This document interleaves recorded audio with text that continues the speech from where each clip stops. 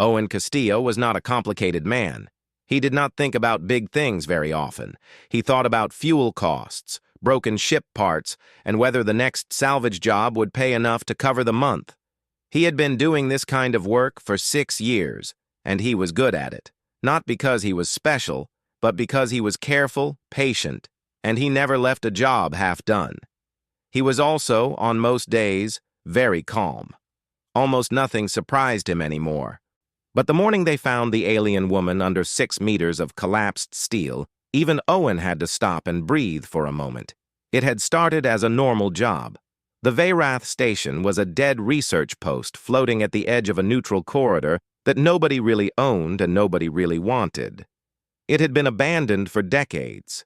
Owen's crew had been hired to pull whatever working equipment was left inside: power cells, data drives, anything with resale value. And it was the kind of job they had done 100 times. His crewmate, Dana Holt, had found the first crack in the floor, a deep split in the metal plating that went down further than their lights could reach. She had marked it on the map and moved on. His other crewmate, Nate Pruitt, had been loading fuel canisters into their cargo bags on the other side of the station, humming to himself the way he always did when he was bored. Owen had been the one to hear it. It was not a loud sound. It was more like a slow, pressed breath, the kind of sound something makes when it is trying very hard not to make a sound.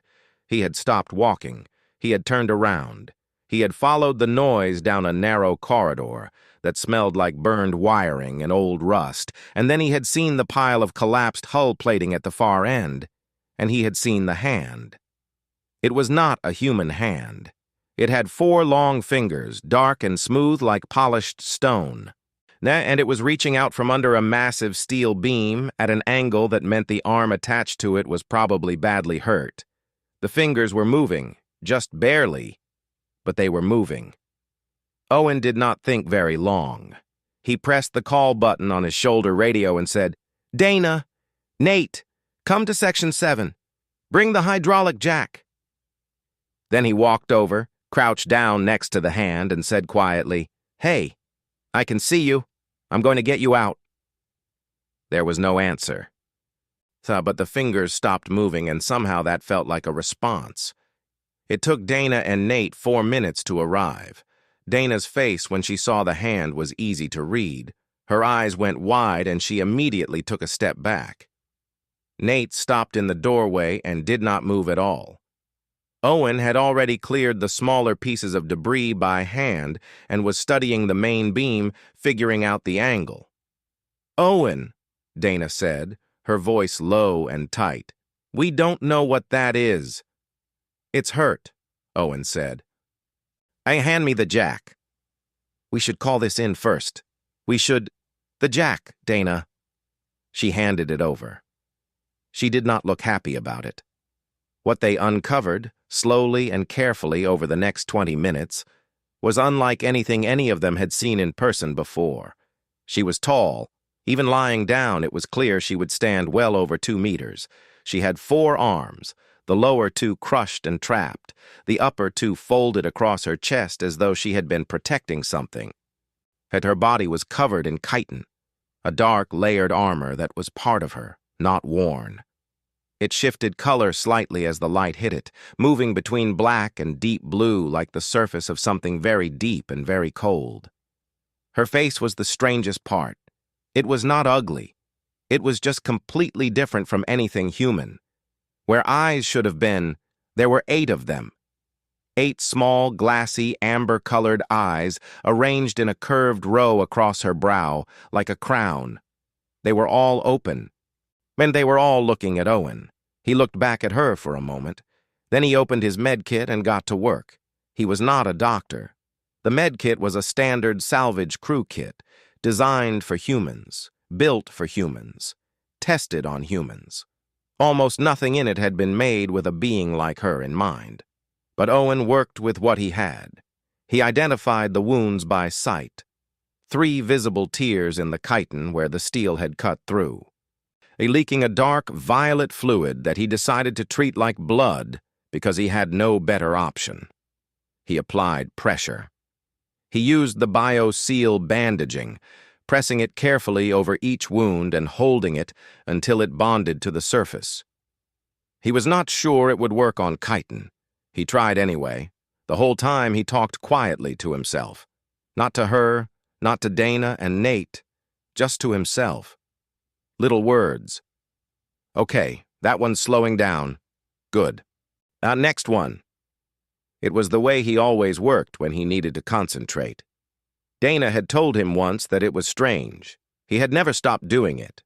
When he used the hydraulic jack to lift the main beam off her lower arms, there was a sound from her, not a scream, but something close to it. A low vibration that passed through the floor and up through Owen's knees and made all three of them flinch at once. He kept the jack moving, slow and steady, until the beam was clear. Now he checked her lower arms as best he could. The bones, if they were bones, were damaged. He could not fix that. He wrapped them the best he could to keep them still and sat back on his heels and looked at what he had done. It was not much, but she was still breathing.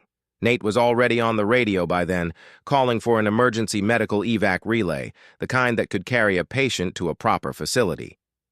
He was doing it nervously, watching the alien woman the whole time, ready to drop the radio and run if she moved wrong. She did not move wrong. She lay very still, her 8 eyes tracking Owen with an attention that felt heavy, like being studied by something very old and very intelligent. Then her translator implant activated. It rendered her voice as something low and resonant, with a texture like sound moving through deep water. She said only one thing before her eyes closed and she lost consciousness. And she said, "You smell like something I once dreamed of." Owen looked at Dana. Dana looked at Owen. Neither of them said anything for a long moment. Nate broke the silence. "Evac relay is 12 minutes out," he said. Then, after a pause, "What did she just say?" Owen looked down at the alien woman, at the careful bandaging, at her slow, steady breathing, at the 8 eyes now gently closed. "She said we're good," he said. "Help me keep the beam off her until the evac gets here." Dana picked up one side without another word. Nate picked up the other. Outside, the station drifted in silence, and the stars did what they always did. They kept burning, indifferent and ancient, while 3 humans held up a piece of steel for a stranger they had never met and might never understand. Owen did not think it was a big moment. He was just finishing the job. 3 months passed. Owen went back to work. There were 2 more salvage contracts that month, then 3 the month after. One of them was a tricky job near a gas giant where the gravity kept pulling their equipment sideways. Nate dropped a crate of data drives into a ventilation shaft and spent 2 hours getting them back out. Dana renegotiated their fee halfway through the second contract and got them an extra 15%, which paid for 2 new thruster coils and a decent meal on Meridian Outpost. Life, in other words, kept moving. Owen did not think very much about the alien woman. He told the story sometimes, in the Outpost bar or over a meal with Dana and Nate, when someone asked how their last trip went. He kept the story short. They found someone in the rubble. She was badly hurt. They pulled her out and called for help. She survived. That was the whole story as far as Owen was concerned.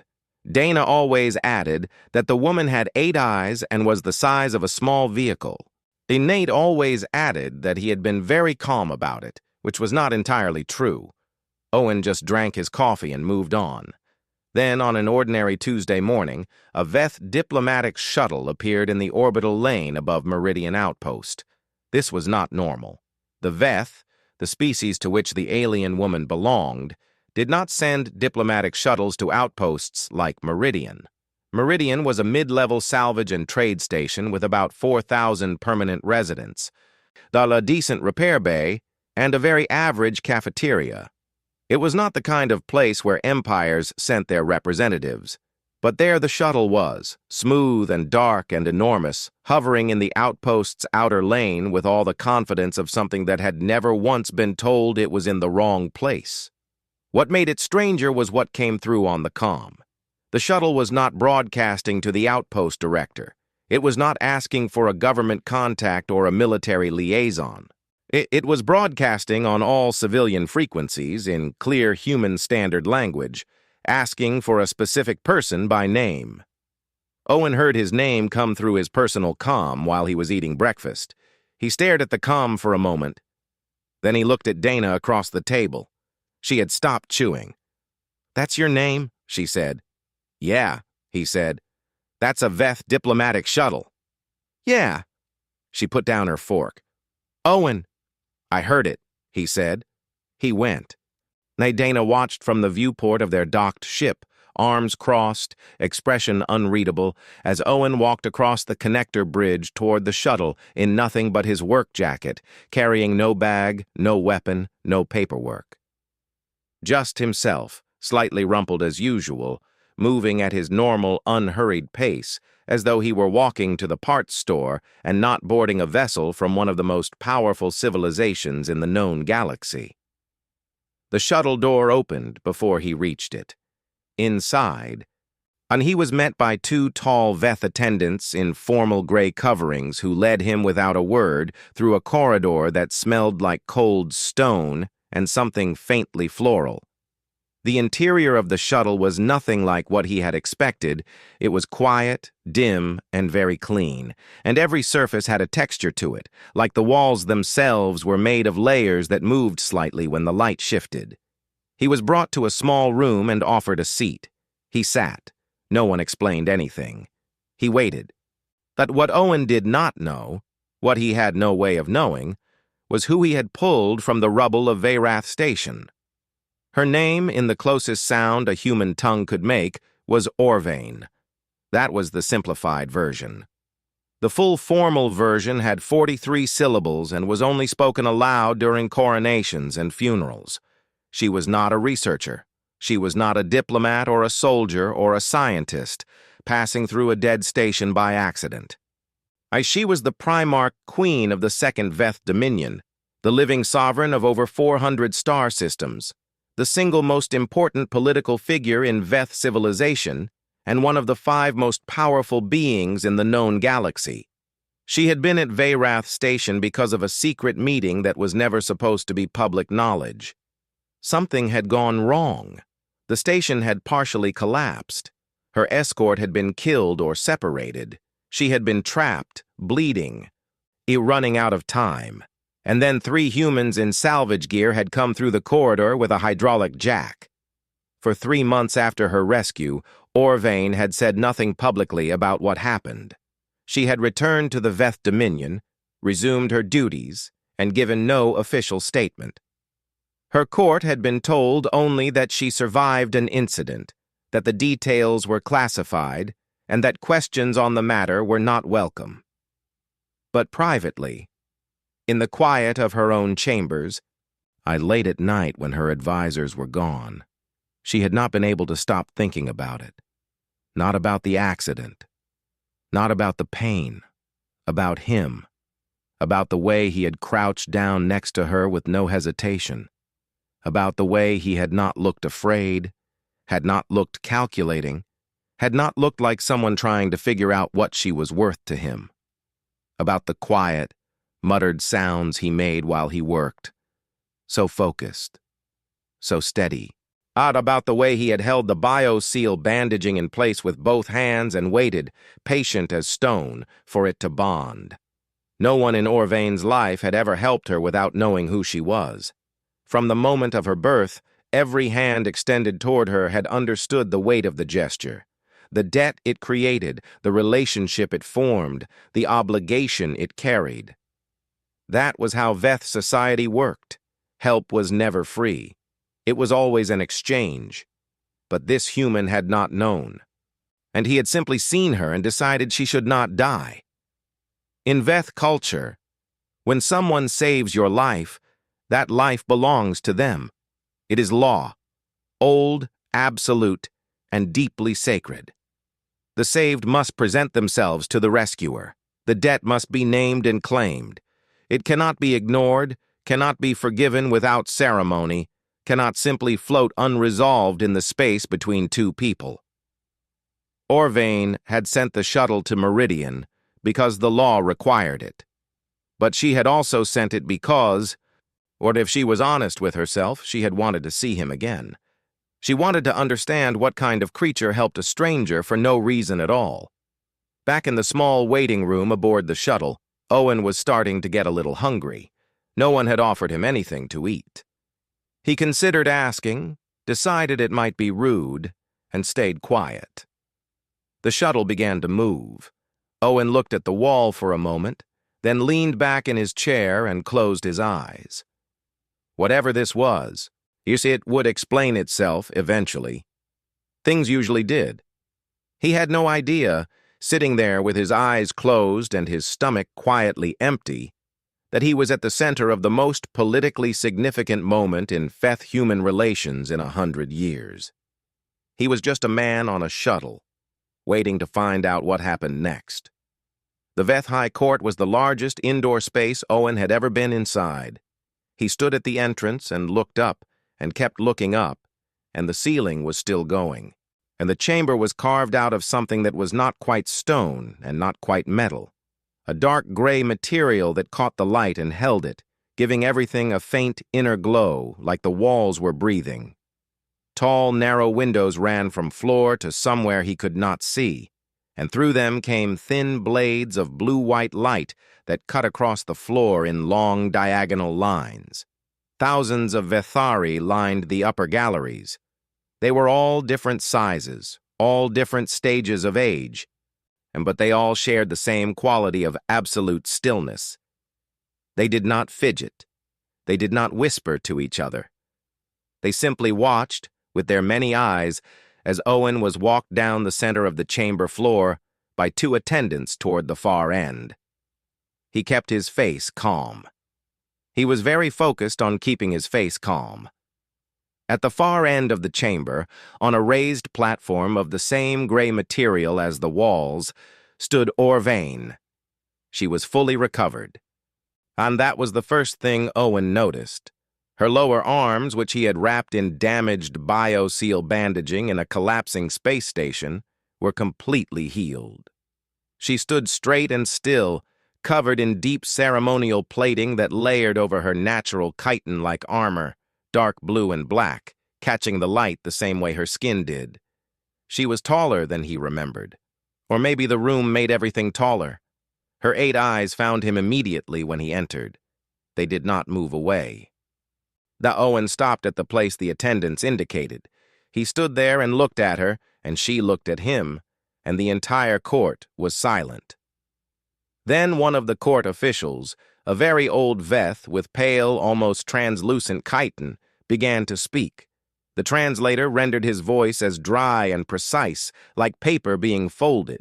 He explained with great formality that Owen Castillo was here to declare his claim, that under Veth law, the life of the Primarch Queen had been preserved by his action, and that the debt was sacred, undeniable, and required resolution, that Owen must now name what he wanted in return. Owen listened to all of this. Then he was quiet for a moment. Then he said, "Can I just talk to her? Just the two of us?" The court official stopped. The silence in the chamber changed quality. It went from still to tense, the way silence does when something unexpected has just happened. What followed was a procedural argument among the court officials that lasted.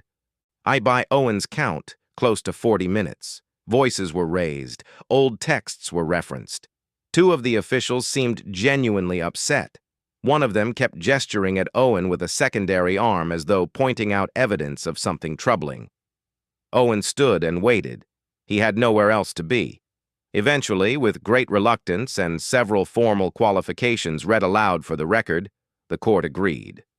Owen was led to an antechamber off the main hall, a smaller room, still very large by human standards, with low seating along the walls and a single translator droid standing in the center. A few minutes later, Orvane entered from the other side. The door closed. The court officials stayed outside. She sat across from him. The translator droid hummed quietly between them.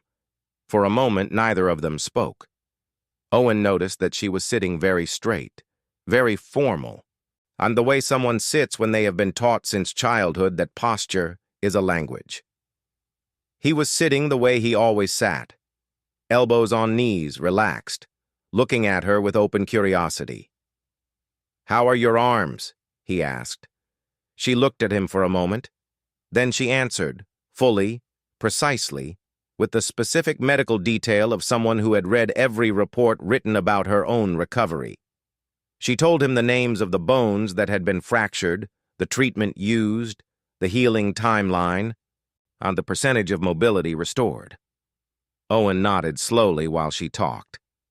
When she finished, he said, "That's good. I wasn't sure the bandaging would hold on your kind of skin. I'm glad it did something." She was quiet for a moment. "You did not know what I was," she said. It was not quite a question. "Not until the shuttle," Owen said.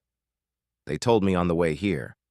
And before that, when you found me, I knew you were hurt," he said simply. So she folded her upper hands in her lap, a gesture the translator droid did not attempt to explain. Her 8 eyes were all on him, but they were not cold. They were careful, the way the eyes of something very intelligent are careful when they are trying to understand something that is not fitting into a category they already have. "I have thought about that day every day for 3 months," she said. Her voice, even through the translator, had a texture to it, something deep and slightly uneven, like it was carrying more than the words. "I have thought about you specifically, about the sounds you made while you worked, about the fact that you did not look at me the way things look at me when they know who I am." Owen did not say anything. He was listening. "When I was brought onto the evac relay," she continued, "and I understood that I had survived, that I was going to live, I cried." She said this quietly, and with the particular kind of quiet that means something is being admitted at a cost. "I do not cry. It is not something my position allows. But I cried, and the only thing in my mind clearly was the sound of you talking to yourself while you worked." Owen was quiet for a moment, then he said, "I'm sorry you were scared." She looked at him. "I was not scared. I was—" She stopped. The translator droid clicked softly, working. "Oi, there is not a word in the translation file for what I was." "Relieved?" Owen offered. She considered this. Perhaps, but larger than that. "Grateful?" She was still. Then, very slowly, she said, "I do not think I have ever been grateful before. I have been pleased. I have been satisfied. I have received things I requested and things I earned. But grateful—" She paused. "Grateful means receiving something you did not earn and did not ask for." "Yeah," Owen said. That's about right." She caught his scent then. The same warm, particular scent she had first noticed in the dark and the dust of the collapsing station. The scent that had worked its way into her memory so deeply that she had been unable to name it or remove it for 3 months. It was not a dramatic thing. It was just the air moving slightly and carrying him to her, the way air does. She froze. Not from fear, not from confusion, from recognition. A deep, a cellular kind of recognition that had nothing to do with thought and everything to do with the body suddenly understanding something the mind had been chasing for months. This was the same being, the same one. The one who had knelt in the wreckage beside her and decided, without being asked, without any law requiring it, that she should not die. She understood now, sitting in this quiet room, what that meant. She had turned it over for 3 months like a stone she could not identify. And now it was clear. He had not needed a reason. He had not run a calculation. He had simply looked at her and felt, on some level she did not have a map for, that her life had value, Not political value, not strategic value, just the plain, ordinary value of a living thing that deserved to keep living. The Veth had no category for this. Their entire civilization was built on exchange, on debt and obligation, and the careful management of what was owed. Yet what Owen had done did not fit anywhere in that structure. "I do not understand your kind," she said at last.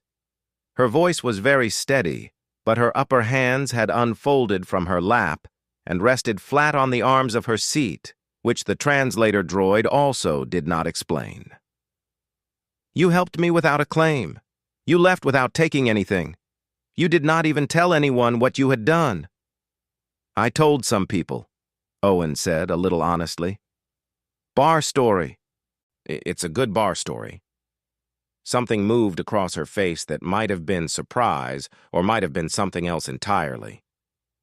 "Most humans are like that," Owen said. "Not all of them, but most. When someone needs help and they can help, they usually do." "I do not believe that," she said. "You should get out more," he said.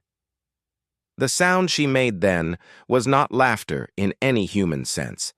It was a low, resonant vibration that passed through the floor and the walls and the air, like the inside of a very large bell being struck gently. It only lasted a moment. She seemed surprised it had happened at all. Owen smiled. Not a big smile, just the small, easy kind that meant something was genuinely good. Neither of them said anything for a little while. The translator droid hummed. The light came through the narrow windows in quiet blue blades. It was, Owen thought, a very nice room once you got used to the size of it. When Owen walked back into the high court, the galleries were even more crowded than before. Word had spread through the chamber during the wait. Whatever had happened in the antechamber, a debt holder requesting private conversation with the Primarch Queen herself, an act that had no real legal precedent, had traveled through the court the way unusual things do in very formal places, quietly, quickly, and with great significance attached to it. Every eye was on Owen when he came back in. He walked to his place on the floor. He stood the way he had stood before, and waited for the old court official with the pale chiton to begin. The official cleared his throat, or something equivalent, and spoke. His voice was careful, formal, and carried the particular weight of someone who has done this ceremony many times and considers it the most serious thing in the world. He asked Owen Castillo to name his claim. Owen was quiet for a moment, just a breath or two. Then he said, "I want an open channel of communication between the Veth Dominion and human space, consistent, neutral, for no less than 1 generation of standard years, no conditions on either side, just an open door." The silence that followed was unlike any other silence Owen had ever been in. It was the kind of silence that has texture to it, layers of disbelief, confusion, and calculation all compressed together until the air felt thick. Then the court exploded, not physically, but the voices came all at once from the upper galleries, a wall of sound that the translator droid rendered as overlapping fragments. Unprecedented, and insufficient, and violation of the debt's weight, and this cannot be recorded as a valid claim. 2 senior court officials were on their feet. One of them had both sets of arms raised, which Owen had already learned meant something strong was being communicated. He stood calmly in the middle of it. He was used to people arguing around him. Dana did it all the time. The loudest voice in the opposition belonged to a large, older Veth named High Arbiter Korath, whose chiton had gone the pale gold color of great age, and who had served the Dominion's courts for longer than Owen's entire civilization had been spacefaring. Korath was furious, not loudly furious, but the quiet, precise kind of furious that is much worse. He spoke directly to the court, ignoring Owen, and making his argument in clipped and formal phrases. The life debt of a Primarch queen, he said, was the heaviest debt in all of Veth law. It had only been incurred 4 times in recorded history. Each time the debt holder had claimed territory or political alliance, or the command of armies, or resources that reshaped the balance between civilizations. This was correct. This was proper. The debt existed to be used at its full weight, because the life it covered was of full weight. And to spend it on communication, Koreth said, was to either misunderstand the law entirely or to insult it on purpose. Owen, who had heard all of this through the translator in his ear, raised his hand. Koreth stopped. The room watched. "I don't want anything she doesn't agree to give," Owen said. His voice was not loud, but it was clear. "I don't want her territory. I don't want her armies or her resources or anything that she'd give me because she has to. I want something that both sides could actually use. An open door is something both sides can walk through." Koreth stared at him for a long moment. In the upper galleries there was movement. An old Veth, older even than Koreth, with chitin so pale it was nearly colorless, shifted in his seat and began to watch Owen with a different kind of attention. This was Counselor Drev, Orvain's oldest and most trusted advisor. Yes, he had watched 600 years of politics move through rooms like this one. He had seen every variation of ambition the galaxy had to offer. He watched Owen stand in the center of the chamber, slightly rumpled, completely unbothered, explaining in plain and honest language why he thought 2 civilizations might benefit from simply talking to each other. And something settled in Drev's old and careful mind. He had spent years trying to understand humans, reading their history, and studying their wars, reviewing their treaties, looking for the mechanism behind their behavior. They were a young species. They were frequently chaotic. They started conflicts for reasons that seemed, from the outside, almost incomprehensibly small.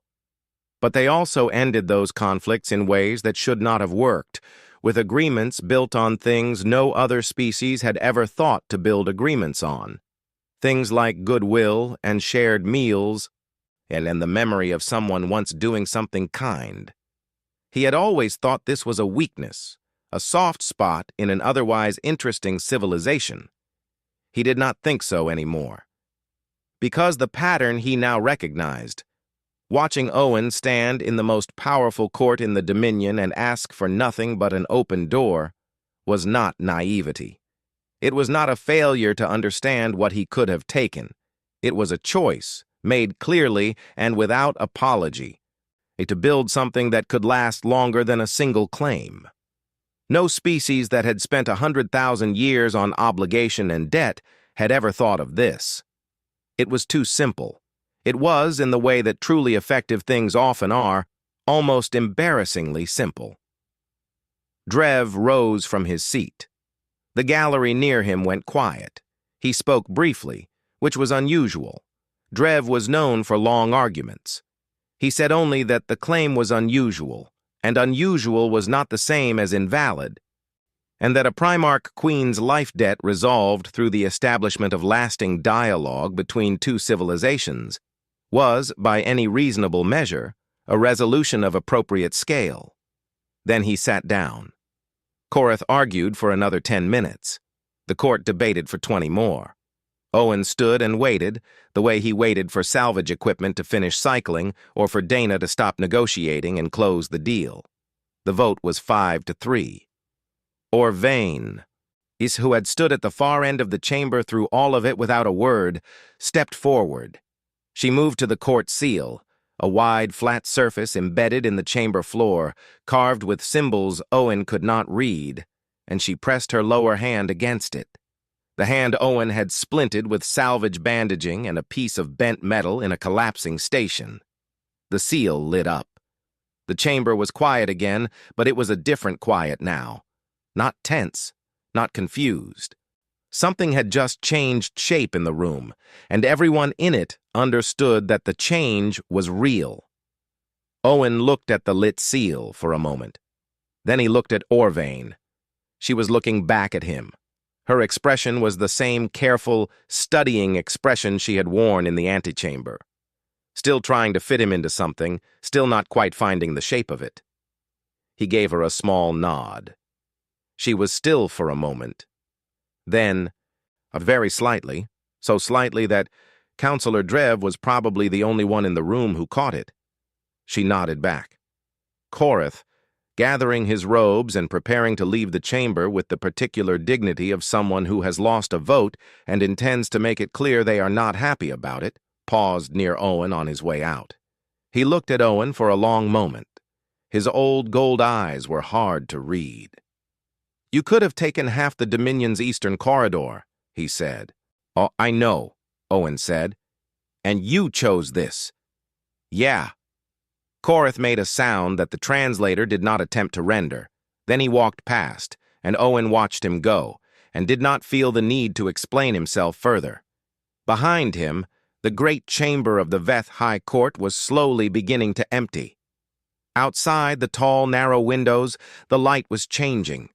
The long blue blades on the floor were growing softer, spreading, filling the gray stone with something warmer. Owen put his hands in his jacket pockets and stood there for a moment.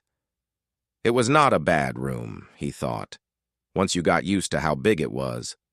Life went back to normal, the way life always does. Owen returned to Meridian Outpost. Dana had found 2 new contracts while he was gone, one near the Kasor Belt and one closer to home, a broken relay station that needed stripping before it drifted into a shipping lane. They took both jobs. Nate complained about the Kasor Belt job the whole way there because the radiation shielding on their ship was getting old and made a humming sound that bothered him. Owen said he would get it looked at. He did get it looked at, 3 months later. On the surface, nothing was different. Same crew, same routes, same beat-up ship with a name painted on the side that Dana had chosen years ago and Owen had never bothered to change.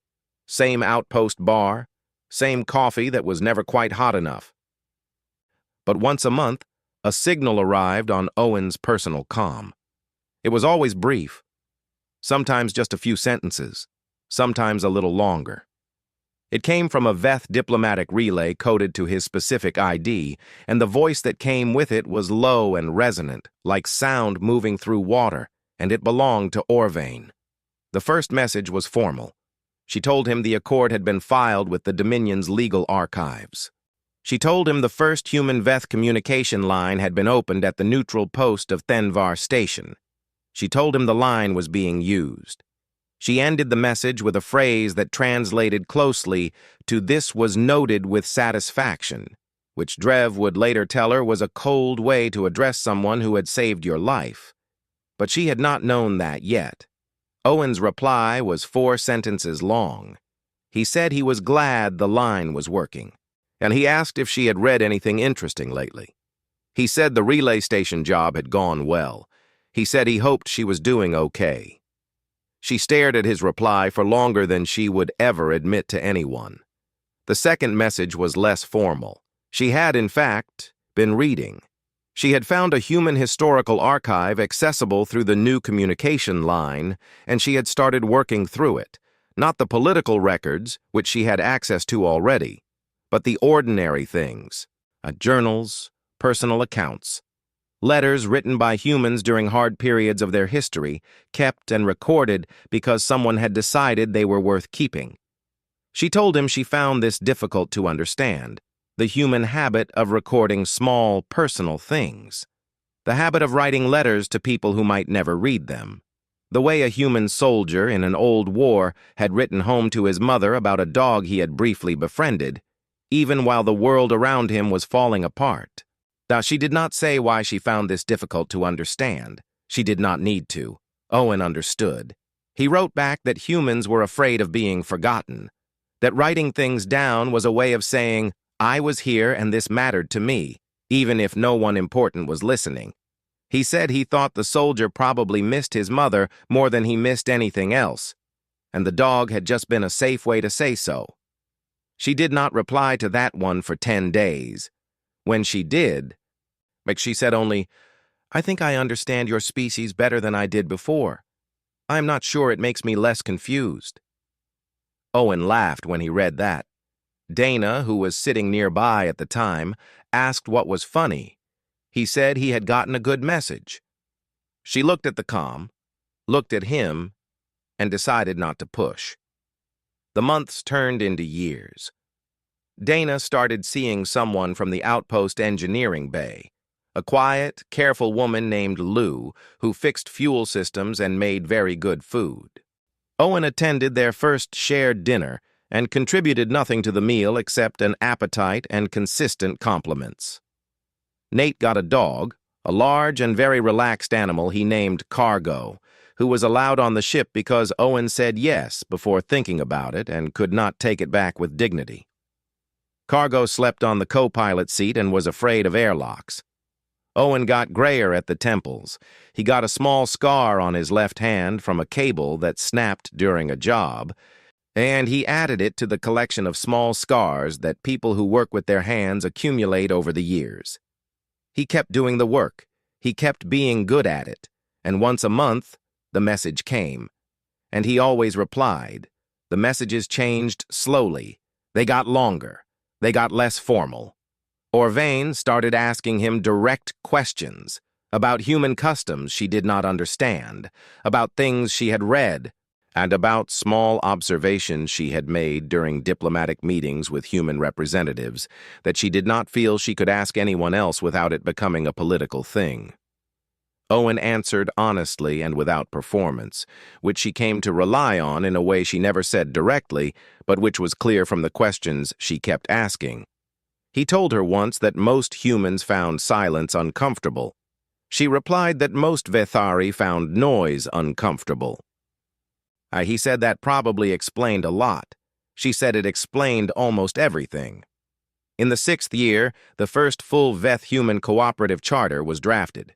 It had taken that long, 6 years of the open communication line, 6 years of careful and often difficult conversation, 6 years of small agreements built on top of smaller agreements, the way you build something solid, one layer at a time. It was not a perfect document. Every treaty ever written had been imperfect. But it was real, and it was signed, and it was a beginning.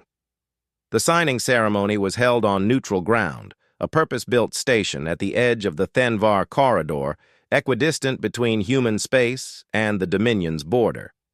It was full of dignitaries, diplomats, and very important people of several species who had spent years working toward this moment and deserved to be in the room.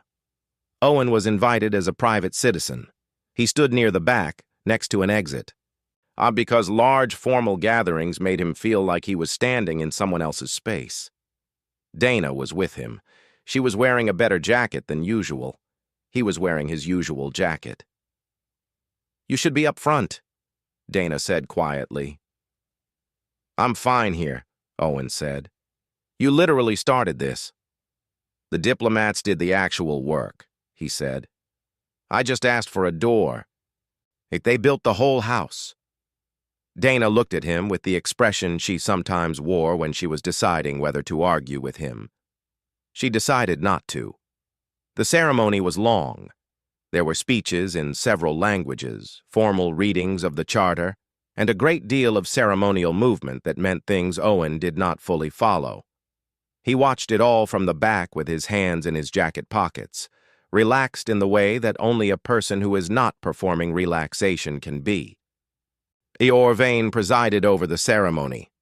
She was at the far end of the hall, standing at the center of the Veth delegation, formal and still in the way she was always formal and still, a presence that filled the room without effort, that made every other person in it slightly more aware of their own smallness. She spoke to the assembled chamber in both Veth and human standard, her translated voice rolling through the hall the way a distant sound rolls across open water. She did not mention Owen in her speech. He had not expected her to. This was not his moment. It belonged to the people who had done the years of hard work, the careful negotiation, the thankless and grinding labor of turning an open door into a livable room. He listened to her speak and thought that she was good at this, at carrying a room, at making large things feel real and small things feel important. He thought she probably always had been. He thought she had probably been doing it since before he was born, and would be doing it long after he was gone. When the signing was finished and the ceremony began to close, the delegations moved and the room reorganized itself the way rooms do at the end of formal events. The stillness breaking apart into movement and quiet conversation, and people finding the people they had come with. Orvain moved through the room toward the far corridor. That she was moving at the pace of someone who has many obligations waiting, steady, purposeful, surrounded by attendants. She passed the back of the hall. She slowed, just slightly, just for a moment. Her path did not stop, but her head turned, and her 8 eyes moved with the precise and particular focus of someone finding a specific thing in a very crowded space, and she looked directly at Owen. She caught his scent, the same scent she had first caught in the rubble of a dead station, 6 years ago, in the dark and the dust and the cold. The same warm, ordinary human scent that had worked its way into her memory like a word she did not have a language for yet. She did not freeze this time. She had spent 6 years learning the shape of that feeling. She knew what it was now. The Veth linguists had spent 2 years working with human scholars on the translation, going through hundreds of words and discarding them one by one until they found one that fit. It was a borrowed word, a human word, which felt right because the concept had come from humans. The word was kindness. She held Owen's gaze for 3 seconds. In formal Veth culture, 3 seconds of direct eye contact with all 8 eyes focused on a single person was not an accident. It was a specific gesture, one used between equals who had a history.